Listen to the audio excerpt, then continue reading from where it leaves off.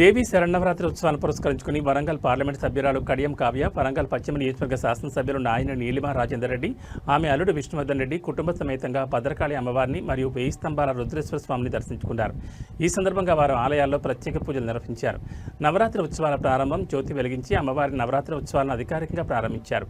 1000 స్తంభాల దేవాలయంలో ఎమ్మెల్యే నాయన్ నీలిమ రాజేందర్ రెడ్డి దేవాదాయ శాఖ ఆధ్వర్యంలో ఏర్పాటు చేసిన దేవి అమ్మవారి విగ్రహ ప్రతిష్ఠ కార్యక్రమాన్ని ఘనంగా నిర్వహించారు. ఈ సందర్భంగా ఎమ్మెల్యే నాయన్ నీలిమ రాజేందర్ రెడ్డి మాట్లాడుతూ భక్తులకు అమ్మవారి దర్శనం సులభతరం చేసేందుకు ఎలాంటి ఇబ్బందులు లేకుండా అన్ని ఏర్పాట్లు చేశామని తెలిపారు. ఈ నవరాత్రి ఉత్సవాల్లో అమ్మవారి కృప ప్రజలందరిపై ఉండాలని ఆమె ఆకాంక్షించారు.